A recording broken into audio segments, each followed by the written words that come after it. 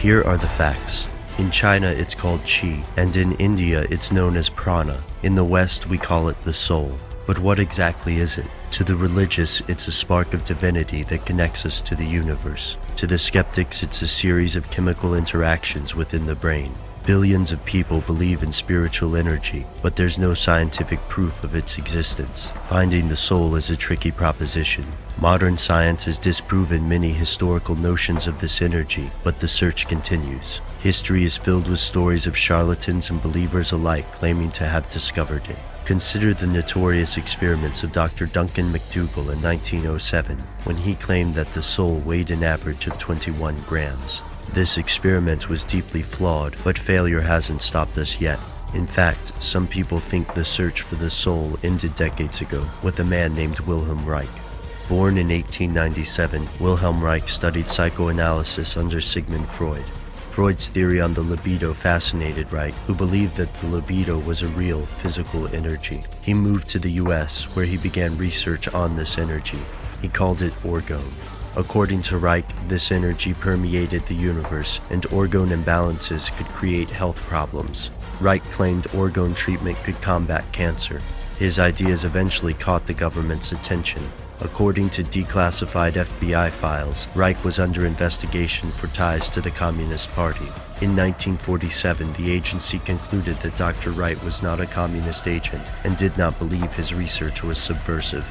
Then the FDA began to persecute Reich, suing him in 1954 to place an injunction on the shipment of orgone-related devices and literature. He was arrested that same year. According to skeptics, Reich was locked up for making false claims and distributing what amounted to snake oil, but others don't buy that story. Here's where it gets crazy. While mainstream historians believe the feds prosecuted Reich for alleged communist ties, his supporters paint a different picture. These theorists say Reich was singled out because his orgone accumulators worked.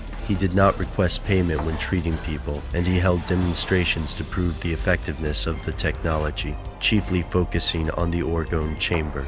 These boxes are made from layers of wood, wool, and metals. According to Reich, they concentrate ambient orgone energy, which can cure physical ailments. Reich also used orgone to operate his cloudbuster, which he claimed could manipulate cloud cover. Archived newspaper articles report the cloudbuster's alleged success. So if orgone is real and potentially beneficial, why did the government crush Reich? Most theorists believe factions in the government and the medical industry repressed Reich's work because it threatened the status quo. Other theorists believe President Eisenhower enlisted Reich in a covert war against extraterrestrials and that the arrangement soured. Both of these groups are short on proof and resort to rumors, but the FDA's actions are suspicious. After stalling transportation of the device, the agency collected Reich's literature and burned it in incinerators. Reich died of heart failure in prison in 1957. Today, he's a controversial figure, on the fringes of psychology and at the heart of conspiracy theories. Which image is closer to the truth? Was Wilhelm Reich hounded for being a snake oil salesman? Or was he jailed for discovering something they don't want you to know?